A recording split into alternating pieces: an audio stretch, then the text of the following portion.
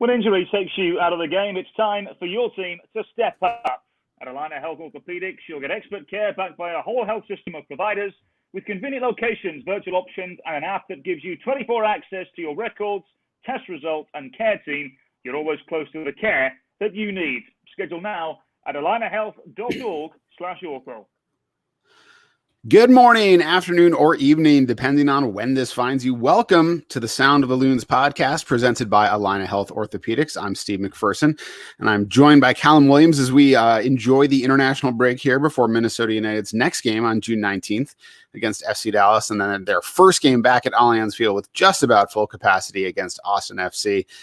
Callum, it is hot here in the Twin Cities. How have you been faring your delicate British constitution? How's that been standing up to this? It's been absolutely miserable, Steve. No other way of describing it. You know, it's just very humid up here, isn't it? I don't mind the heat. If the heat is not really humid and sticky and gross, then I don't mind it, to be honest. If it's what I believe it's called a dry heat, I have no issue with it. But the fact that we've just got so many lakes up here just makes it that much more humid. And, I was walking downtown Minneapolis yesterday, and it was just unbearable. Now, having said that, I did have black jeans on, which is probably not the thing to wear. But yeah. My legs are pretty gross, so I won't. I am going to resist temptation there, and I won't expose them to the public. It's been really hot, Steve, and I've been doing everything I can to remain cool, unburnt, and British, and that is essentially staying indoors with the aircon on and keeping hydrated as well, by having several surly beers and making sure that I get through this very hot and sweaty patch. I'm not sure that's how hydration works. I think you're supposed to drink Gatorade, electrolytes, things like that, not so much beer, but I respect it. Black jeans is just, you're basically just cooking you could like fry an egg on your legs basically at that point with there they are. Yeah, it's looking good. I had to wear, my daughter had her first, both my daughters had their first soccer practices on Monday evening. And I wore a white shirt, like just a straight up undershirt. You know, I don't have a lot of white t-shirts. I have a lot of black and gray and dark blue and like a lot of those t-shirts. And so but it was just a straight up plain white tee. And it was the right choice because it has been absolutely miserable. I hear you on the dry heat. I haven't experienced it that much outside of Vegas is the place that I'm mostly familiar with getting a dry heat, which is a very odd experience if you're not used to it. I grew up in New England where it was also, reasonably humid. I spent some time in DC where it's basically just a swamp. And then here, obviously it's humid. In Vegas, it was like, if you didn't move, you were fine. Like as long as you didn't move, like there was water would quickly evaporate off your skin and you're fine. And then you would like move and it would just get so hot all of a sudden. And then every indoor location is air conditioned within an inch of its life. So you'd come in sweating and then just freeze and get pneumonia basically is my experience of Vegas. Not a huge Vegas fan myself. I have one other question for you, Cal. Have you ever followed or watched professional wrestling? It's one of these things that I see people follow, and I just it's kind of mystifying to me. I was watching something just before I got on here. I thought I'd ask you: have you ever been a fan of the wrestling? When I was a kid, yeah, I used to watch. It was I think it was WWF back then, and now I think it's WWE now, isn't it? And my only exposure to it recently is a good pal of mine, who's also an MLS broadcaster for Atlanta. A chap called Kev Egan has just gotten a gig on WWE. And so I haven't watched anything. I should be a better friend and watch some of his broadcasts, I guess. But no, I've just not watched anything, to be honest, for a long, long time, Steve. But from an entertainment point of view, yeah, I remember being thoroughly entertained as a kid and thought it was great. But maybe now as I know somebody who's working it. Maybe I should watch a little bit more. I don't know, Steve. It's just never really appealed to me in my adult life. But maybe I'm the one missing out. I have no idea. Yeah, it's hard for me to say, Cal. My experience was I watched wrestling a couple times on TV when I was a kid, and my dad was like, "It's fake," and I was like, "Oh, never mind." And then I started ignoring it, and then now that I grew up, I'm like, "Yeah, it's fake." And my friends who were into it are like, Yeah, it's amazing. It's like it's scripted, it's like a TV show. It's got some sort of, there's improvisational elements, but there's a lot that's like, it's just watching your show. I'm like, oh, okay. So I don't know. Maybe it's something I should dip my toes into. Like I comic books, graphic novels, stuff like that. That's also stuff I don't follow that closely, but it's great if you can find something fun to follow along. Speaking of things that were fun to follow along with, the U.S. men's national team defeated Mexico 3-2 in the CONCACAF Nations League. That was ridiculous. Just a crazy game. Did you get to watch it? I did. And I mean, it was unmissable in my opinion, Steve. If you're a soccer fan in this part of the world, I think it was the game to watch. And I've been watching this rivalry, Steve, US-Mexico, for probably about 10 years now, since I came over to this country first in 2011, and really became exposed to it for the first time about 10 years ago. And whilst the US have had good results there, we'll always remember the 2-0 in Columbus. For me, there's always been a sizable gap between the US and Mexico national teams. I still think there is a gap, but it's getting smaller every single year. And it helps when you've got players like Christian Pulisic and Weston McKennie, Gio Reyna, Tyler Adams, all playing their trade at Champions League football clubs and not just playing bit parts. They're actually playing as well, and that's only gonna make them better footballers, And as much as we love Major League Soccer and adore it and what have you, it's the league in this country that just continues to get better. With all due respect, it's not at the level of the Champions League. So whenever you get players that go over and play consistently at those sort of levels, then it's only going to get bigger and better, the national team. So it was really entertaining, Steve. I must admit, when Mexico scored within, I think it was 70 seconds, I did worry. And it wasn't Mark McKenzie's finest moment either. Maybe we'll get into the tactical side of it a bit later on. But it was, from an entertainment point of view, Steve, I thought it was a tremendous watch. I thought it was probably one of the most entertaining games between those two countries ever. I thoroughly enjoyed it. Yeah, I think it was 63 seconds, Cal. It was very quick. I've read a lot of the sort of follow up and coverage and analysis and talking about, that this is one of those, obviously, like the 2-0, a game is those kind of results are great and they have their own legend, but showing that ability to sort of fight back from going down like that and within the first minute 2 minutes of the game, that's sort of pushing to another level that I think is very encouraging. And then I think you also got a window into why it can be so compelling to watch national soccer with with Ethan Horvath coming on and making that save. That's the kind of thing that he was like a hometown kid coming on for injured Zach Steffen.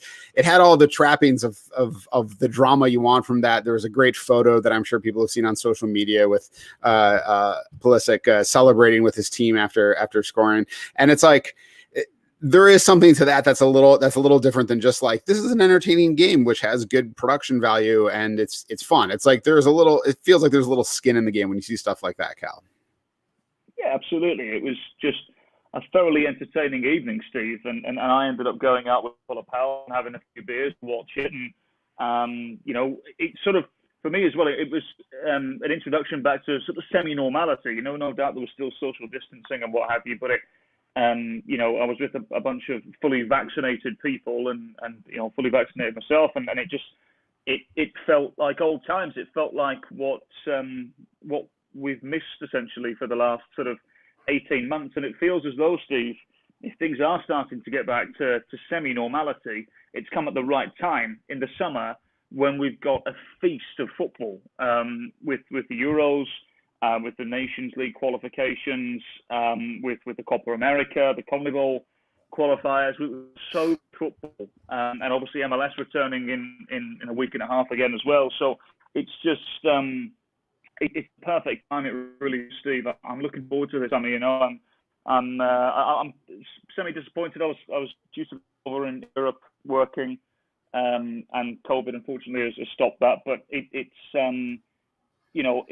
I'm looking forward to the summer, Steve. I really am. I'm looking forward to having a couple of beers with some people, sort of enjoying this miniature MLS break and and just watching some international football over the summer. It's what the rest of the world will be doing, and this is why I love international football so much, Steve, because it really does, with our sport and our sport alone, really brings the whole world together.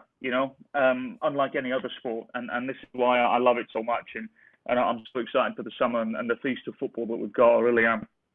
Yeah, I'll tell you, Cal, the thing that makes me most excited about international football is that the games are on at like 11 a.m. and stuff like that. Like just these times when, sometimes I think when games are on late, I have a hard time. I'm a parent.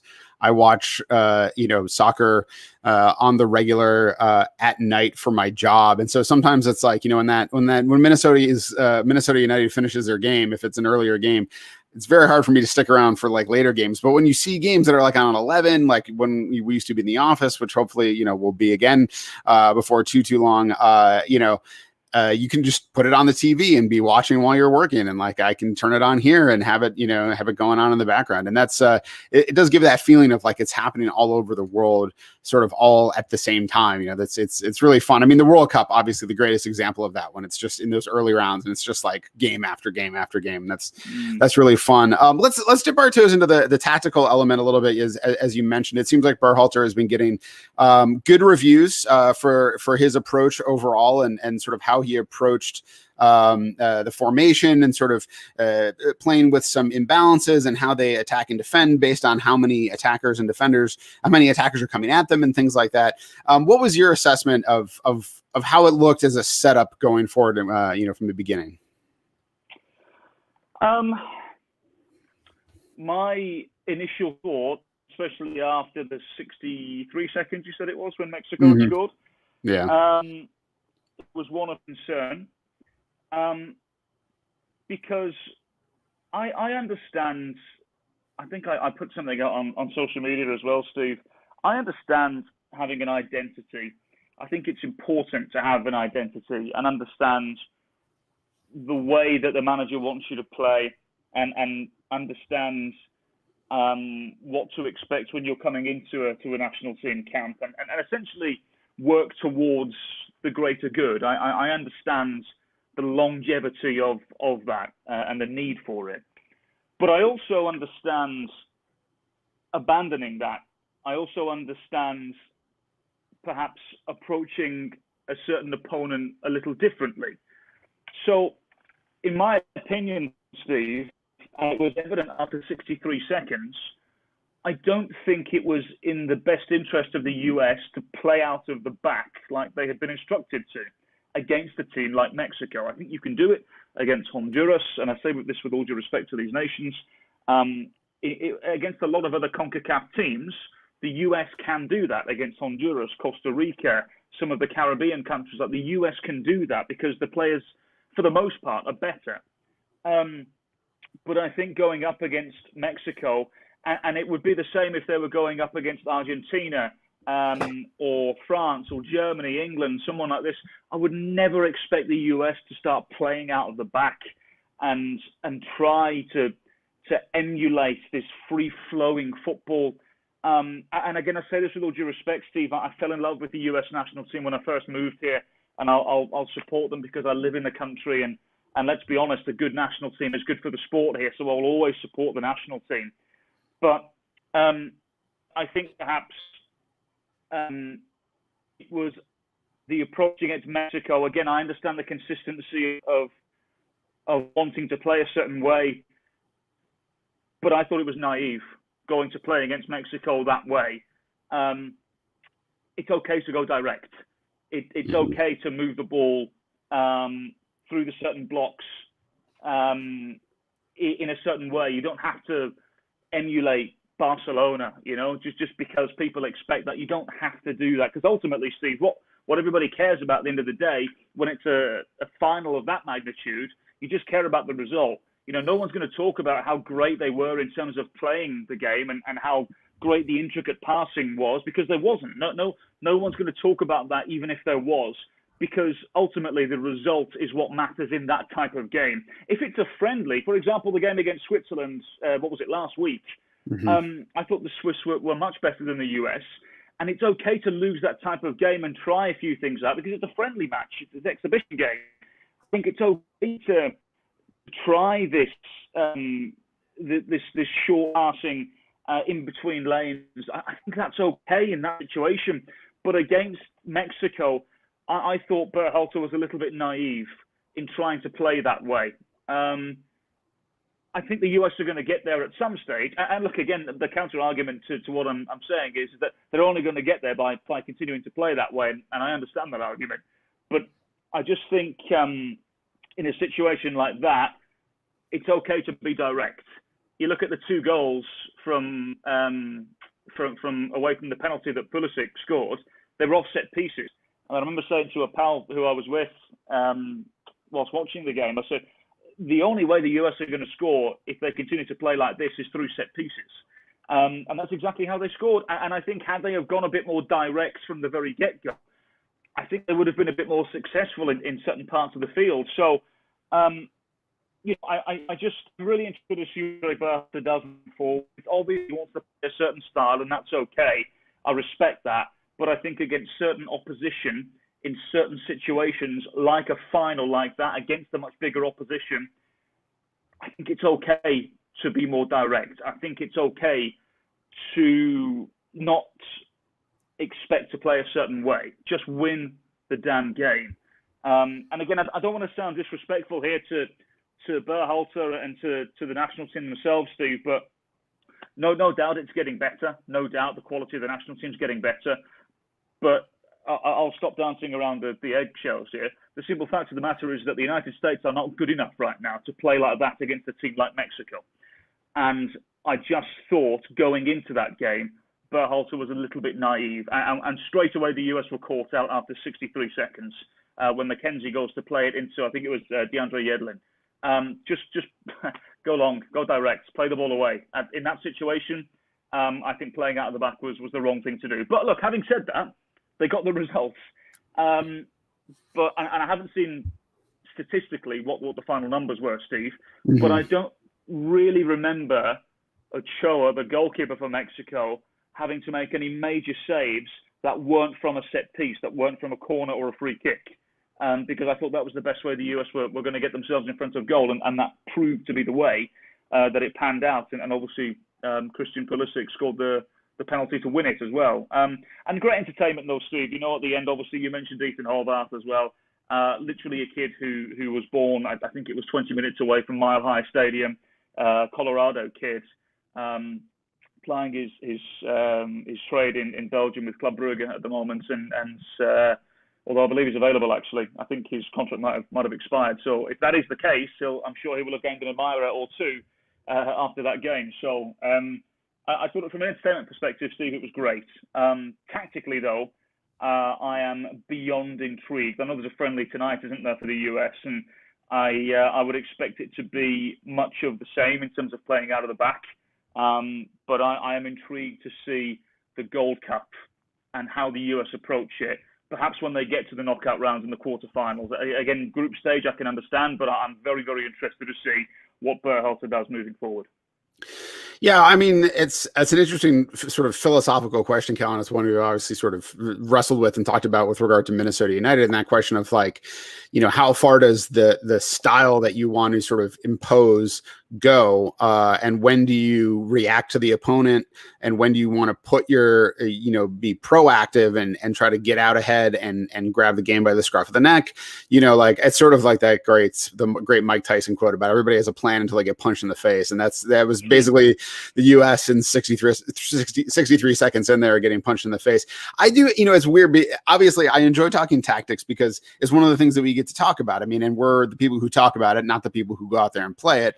And tactics, formations, analytics, it gives us a lens to sort of understand this stuff. But I definitely have a lot of affection, having watched enough soccer now for, as the game gets on. I think when subs come in, and if a game is deadlocked or even just tight, like a goal difference going into that, 65th, 70th minute, and it kind of is like all the tactics are just like, all right, we're just going to go back and forth until somebody can score. Like it just sort of breaks down a little bit. Stuff loosens up. There's a little less thinking. There's a little more reaction.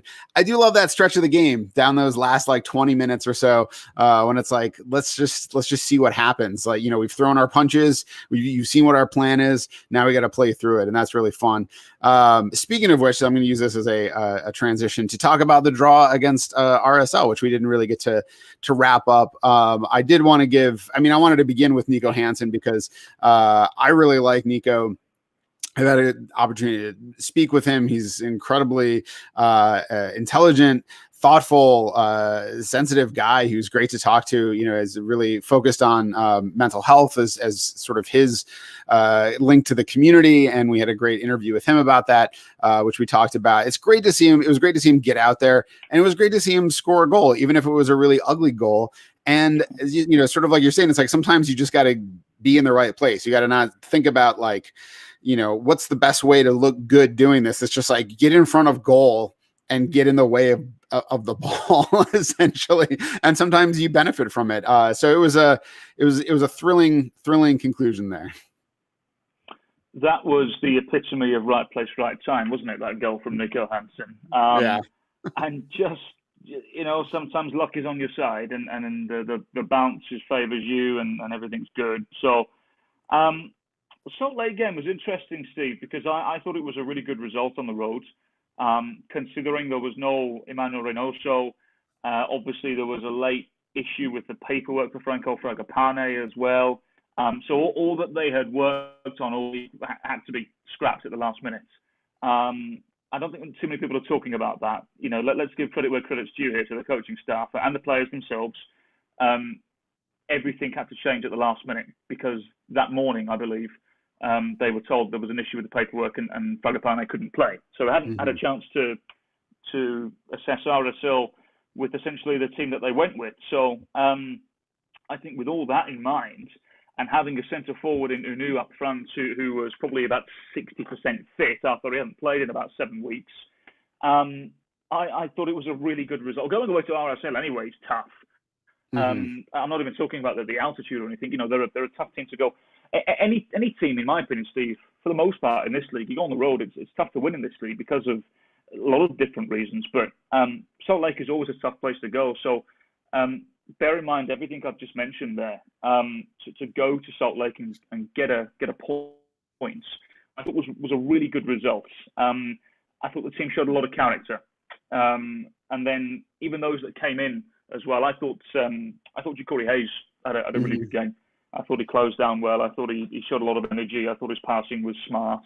I thought Ja'Cory Hayes was good. If memory serves me correct, I thought there was a couple of other good performances in there as well. I thought Dibasi again was good, and obviously it was noticeable that he made his return. And I just thought it was a solid performance. To get a point away at RSL at a conference rival, I think is always a good thing. So there will be a lot of people that go and lose at Real Salt Lake this season. And I must admit, when Damir Kreilach had scored after, I think it was about 12 or 13 minutes, was it? I was a bit concerned. But again, I thought the team showed tremendous character to get a point at Real Salt Lake. It's not an easy place to go. Yeah, it seems like again, it's a point on the road on a game the week after a bye week before a break. We sort of talked about that, how it's going to be sort of odd. You were missing Reynoso, you got Unu, you thought Fragapane was going to be there, but he wasn't available. It's an odd game, but a result like that is a really good one for the team. I think you may have been mentioning on the broadcast that like that sense of Reynoso is so important to the team. He is second in MLS behind Carlos Gil in passes leading to shots per 90. He's absolutely elite in terms of passes that are generating shots on goal, and he's also taken the most shots on the team right now. He's taking 24 shots. So to be missing that guy, and then to say, we can go out and get a result, by sort of gritting it out, and that was kind of how it was. I mean, it looked like without Reynoso out there, it did in the early going sort of look like this team has no cerebral cortex. Like it's like pieces are moving, but there's nobody in the middle who's like, this is what we're going to do. And so it did take a sort of just brute force, like we're just going to hang in there and until we can get a chance. And then even if it's an ugly chance, like Nico Hansen's, it still counts. So. Yeah, I would agree, Steve. I think it took them about 45 minutes, didn't it, for them to really sort of settle and understand what to do without Reynoso pulling the strings. And yeah, I agree with you completely, Steve. I can't remember if we mentioned it on the broadcast or not. I would hope we did, because it's an obvious point, in my opinion, that I think it's important for this group to, from a psychological point of view, to understand that they can do it without Emmanuel Reynoso. And okay, they didn't win, but they got a very good result on the road in a very difficult place. So I would assume psychologically, mission accomplished there. So, but look, it was obvious, wasn't it? They missed Reynoso. They missed him big time. And it just again proved how good he is. And I tell you what, Steve, for the game against Dallas next weekend, or the weekend after rather, you would assume the paperwork is no longer an issue for Fragapane. You would assume that Reynoso is good to go. And after his goal and after his efforts, I would start Nico Hansen. So the three of those players behind what we're assuming is a much sharper and fitter Unu, I think that attacking quartet is absolutely mouth-watering. I can't wait to see it in action. I'm really excited. Absolutely. When injury takes you out of the game, it's time for your team to step up. At Allina Health Orthopedics, you'll get expert care backed by a whole health system of providers. With convenient locations, virtual options, and an app that gives you 24/7 access to your records, test results, and care team, you're always close to the care that you need. Schedule now at allinahealth.org/ortho. Last week, I got the chance to talk to Jeremy Sutherland, who's been on the podcast before, talking about during Black History Month. We talked with Jeremy and his brother Justin, who runs the Handsome Hog and is the Allianz Field official culinary consultant at Allianz Field. Jeremy runs a clothing company called Hybrid Nation that Minnesota United partnered with. I may say all this stuff before the interview as well, so maybe I'm being redundant. But anyways, we recorded it. We're going to take a listen to the interview right now, talking about the capsule collection that was launched. And I don't know what's left. I have a jacket that I have not yet picked up, but eventually I will pick it up because I just have not gotten out of the house. It's too hot to go anywhere. So I believe our producer Tyson is queuing that up, and let's listen to Jeremy Sutherland. Oh, I get an announcement. That's awfully nice. There you go. Let me get my notes up here. Okay. Jeremy Sutherland, welcome to the Sound of the Loons. Welcome back to the Sound of the Loons. Joining us again. We talked last spring, I believe. Well, is it this spring? I can't keep track of time anymore. It was February. It was Black History Month. So. Yep. Time's flying. Time is flying for sure. It's all just a complete blur to me. So we have you on the pod today to talk a little bit about. You talked about your business Hybrid Nation before, and now Minnesota United has released a collaboration with Hybrid Nation, what they call a capsule collection, which is a chance for MLS teams to work with designers on sort of custom special collections. And this year we're working with you guys with Hybrid Nation. Why don't you just start by giving us a little overview of Hybrid Nation for people who maybe hadn't heard about it before or hadn't checked you out on the podcast before. Let us know about how you got it started, where it's at, how things are going. Yeah. So thanks. We're a socially conscious streetwear brand.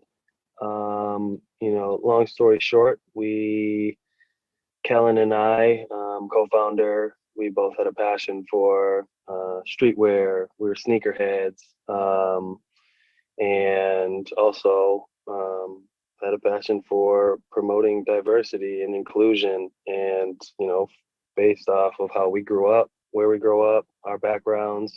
My mom being half Japanese, half Norwegian, my father being Black, growing up in the burbs, playing basketball in the city, and just kind of experiencing that dynamic and how that all played a role in how I grew up. So we were, over the past 10 years, we really kind of went full time with the clothing brand from the streetwear side, and really getting involved in the community and trying to push our our mission and our vision of just positively promoting diversity.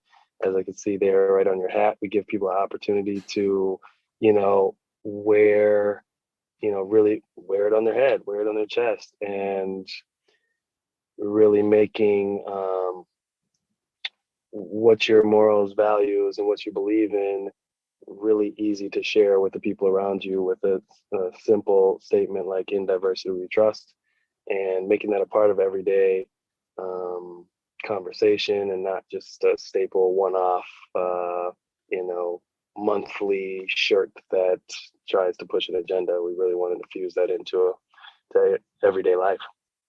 Yeah, I really enjoy the hat. I got it after we talked last, and I'm wearing the beanie, which is it's warm now here in Minnesota, but it's still cold in my basement. So I keep it near me. And I can just wear it in the basement, which is great. But I was definitely, after talking to you and Justin, your brother, last, and talking about that sort of being able to wear your values. I mean, I really felt like I think Justin talked about when he's going around wearing the hat and he sees people and you sort of make that connection. You just see with somebody like, yeah, this is what we're about.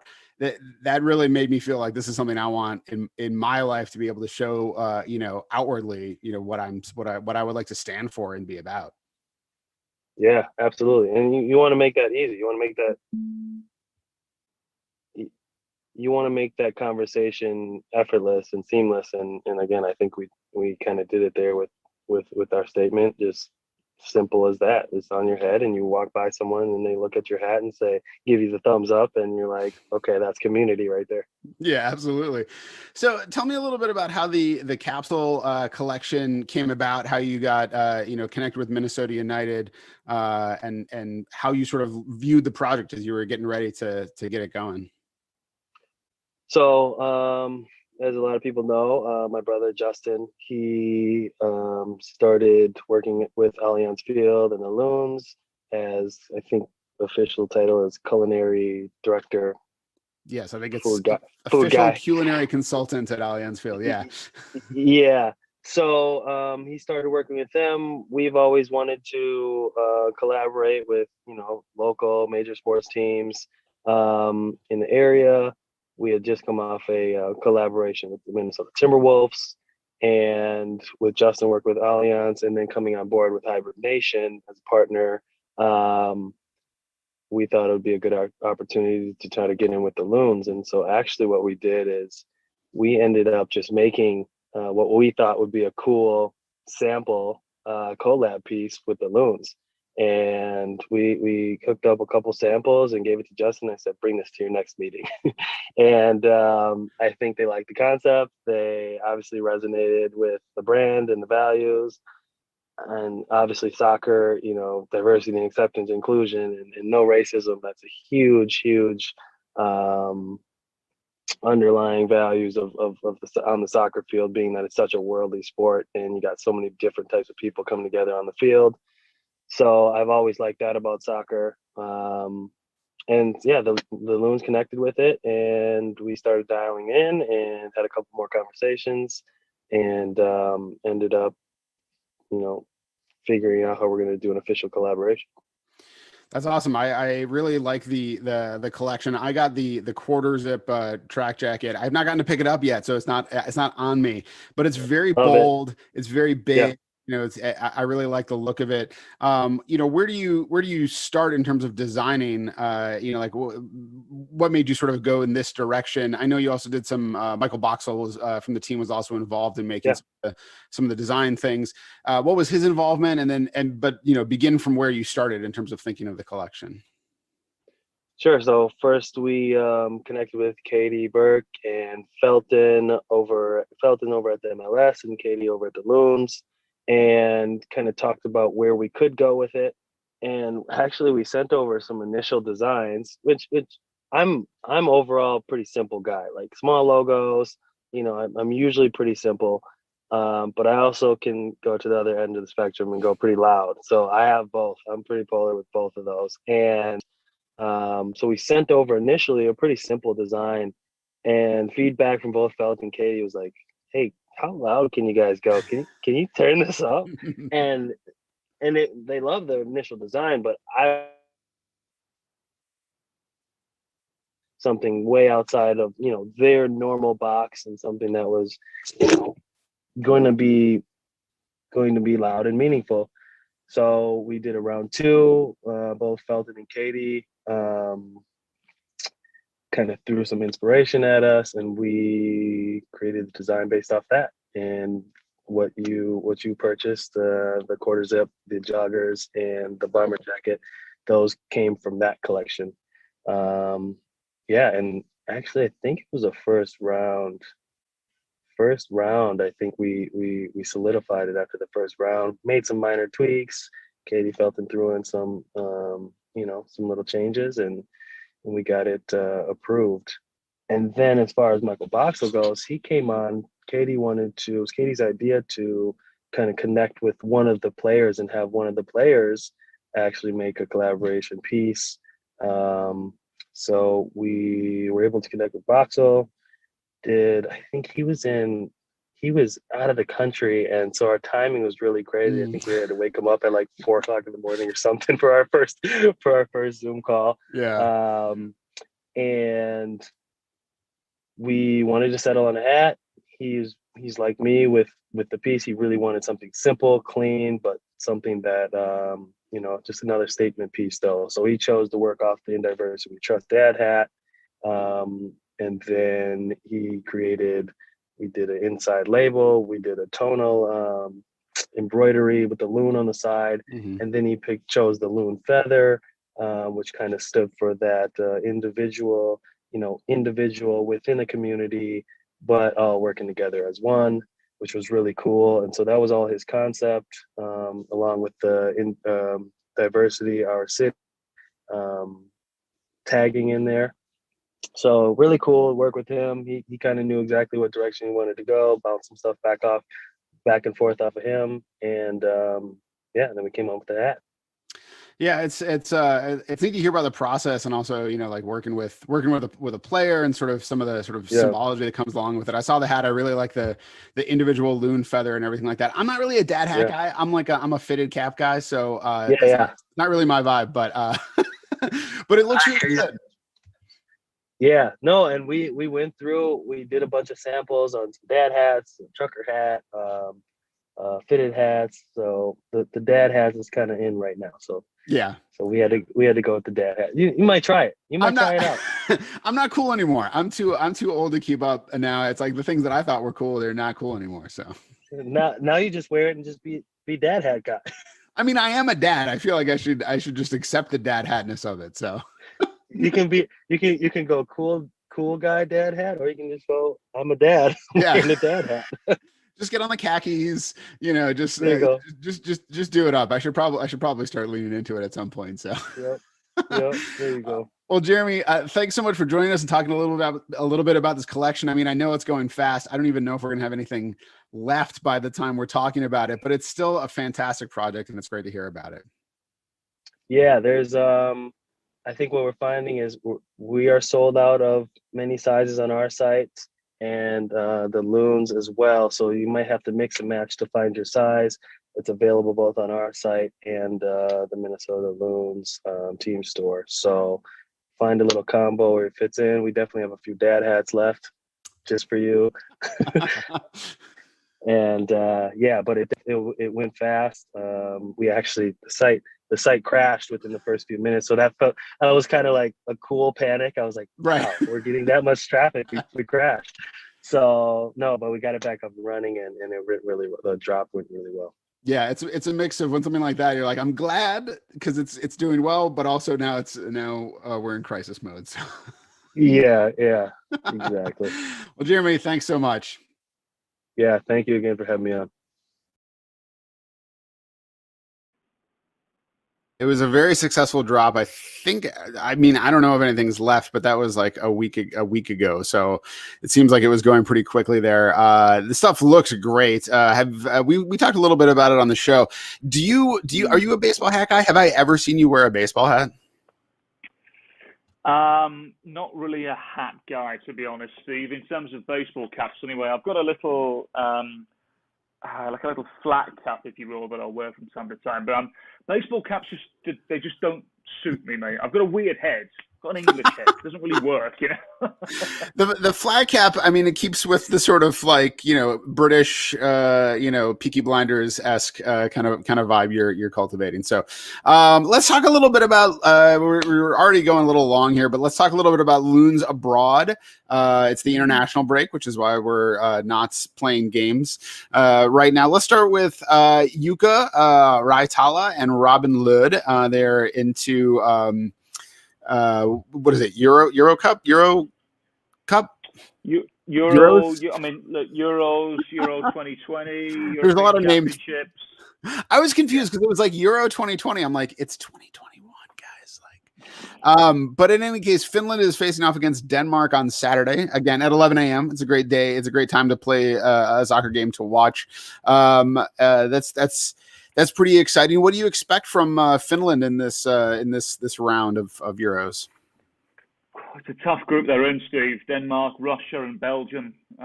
Belgium, arguably top 3 team in the world right now. And I think a lot of people are suggesting that for them, it is a golden era with Kevin De Bruyne playing out of his mind. Lukaku has been incredible for Inter Milan this year. They've got some exceptional players. Eden Hazard, one of the very best, although he hasn't hit the ground running at Real Madrid. He's still wonderful. The suggestion is that perhaps it's now or never for this generation for Belgium. So I would expect them to finish top of the group. But I do think that second spot is up for grabs. Russia are good. They've got some good players. The Danes always seem to have a decent crop of players as well. I think for Finland, Steve, it's just for them. I'm not going to go and christen them as just happy to be there, but it's going to be remarkable for them because it's their first ever major tournament. So I think they'll obviously they'll want to do as well as they can. Obviously, they don't just want to, just play a couple of games and go home. That's not otherwise what's the point, So I'm not going to say that they're going to finish second or even third. In some cases, third can get you through. I don't think that's going to be the case. I think a lot of it will come down to this opening game. Sometimes in these tournaments, your best chance of getting a result when you're in a group like this is the opening game because you do have the element of, I'm sure the Danes have done their scouting extensively on Finland, but I think out of all of them, the Danes may be the weaker of the other opponents in the group. So I think Finland have got a chance to get something there. If Finland get 3 points against Denmark, you've got 2 games then, so you can set up shop and try and sit back and counter and what have you, and you've got a genuine chance. The opening games of these group stages are so important, Steve. So if Finland can get themselves a positive result against Denmark, then who knows? Yeah, and our other Loon abroad in that tournament, Jan Greguš and Slovakia, they face Poland on Monday at 11 a.m. This podcast has already gone on far too long, obviously. How do you assess Slovakia and in this tournament then? Again, it's going to be tough, Steve, because they're in a group with Poland, Spain, and Sweden. It's tough sledding. Poland, you would argue, it's between Poland and Sweden as to who's. Look, Slovakia are the weakest team in the group, but in terms of who Slovakia could get something against, it's either Poland or Sweden. I just can't see them getting anything against Spain, and I say that with all due respect. Poland have got a lot of very good players, but it comes down to stopping Lewandowski. That's the simplicity of it. If you can stop him, then maybe you've got half a chance. Sweden, again, I think, again, a lot of good players that ply their trade around some top leagues in Europe. It's going to be tough, Steve. If I'm being brutally honest, it's going to be really tough for Slovakia. If they get out of the group, it's a wonderful tournament for them. But the positive spin on that is that Jan Greguš would then be available for Minnesota once he's done his quarantine and what have you. But either way, Steve, look, it's tremendous for Minnesota to have these players on the international stage. I believe I'm correct in saying this. Outside of Europe, Minnesota United are the only team that have 3 players at Euro 2020. that's not a bad look at all, you know. So it's great. It doesn't matter where they're playing. It's just great that Minnesota United are in the headlines for all the right reasons there. So it's going to be great. We're all going to be cheering them on here in the Twin Cities, aren't we? So I'm looking forward to it, Steve. But as I said earlier on, mate, I'm just looking forward to international football over the summer. It just feels right, and I'm very excited. Yeah. All right. Let's touch. The last thing I want to touch on here in the pod here is the All-Star game, which was just announced. It's once again MLS versus Liga MX on August 25th. They released a pretty hot promo for it, which had Tyson queue up so we could watch, with voiceover by Danny Trejo, who you may know from Quentin Tarantino films, and he does an excellent job. It's mostly why I wanted to call attention to it. So let's hit it, Tyson.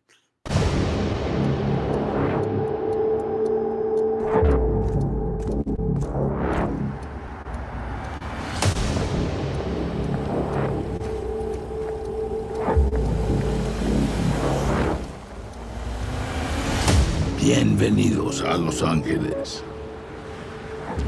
Welcome back, my friends.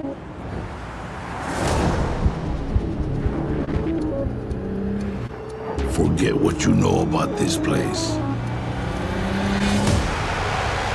We play a different game.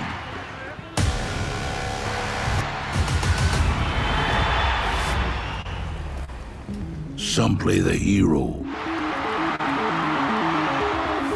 Some play the villain. Everyone's a player one way or another.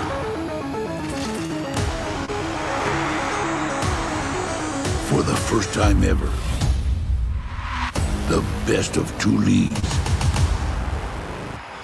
Rivalry at the next level. Best versus best. Where else could this go down? Welcome to a new tradition. Representa tu liga.